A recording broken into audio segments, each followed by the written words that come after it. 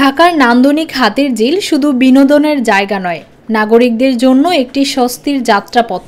এবার সেই যাত্রায় যুক্ত হলো আধুনিকতার নতুন ছোঁয়া। রোববার দুপুরে হাতির ঝিল চক্রাকার বাস সার্ভিসের র্যাপিড পাস কার্ডের মাধ্যমে ভাড়া আদায় কার্যক্রমের উদ্বোধন করা হয়। এফডিসি কাউন্টার সংলগ্ন স্থানে এ কার্যক্রমের সূচনা করেন সড়ক পরিবহন ও সেতু উপদেষ্টা মোহাম্মদ ফাউজুল কবির খান। এর ফলে এখন থেকে যাত্রীরা মেট্রো রেলের মতো চক্রাকার বাসেও র্যাপিড পাস ব্যবহার করে ভাড়া পরিশোধ করতে পারবেন, যা নগরবাসীর জন্য এক যুগান্তকারী পরিবর্তন।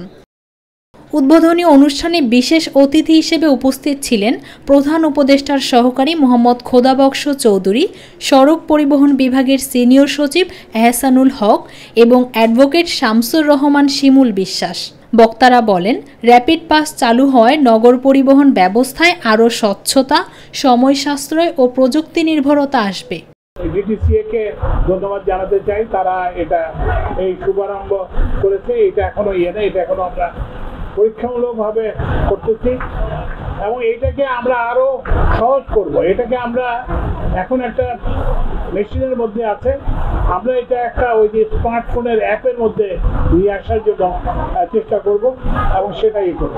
এই উদ্যোগ শুধু একটি কার্ড চালু নয়, এটি স্মার্ট ঢাকার দিকে এগিয়ে যাওয়ার প্রতীক।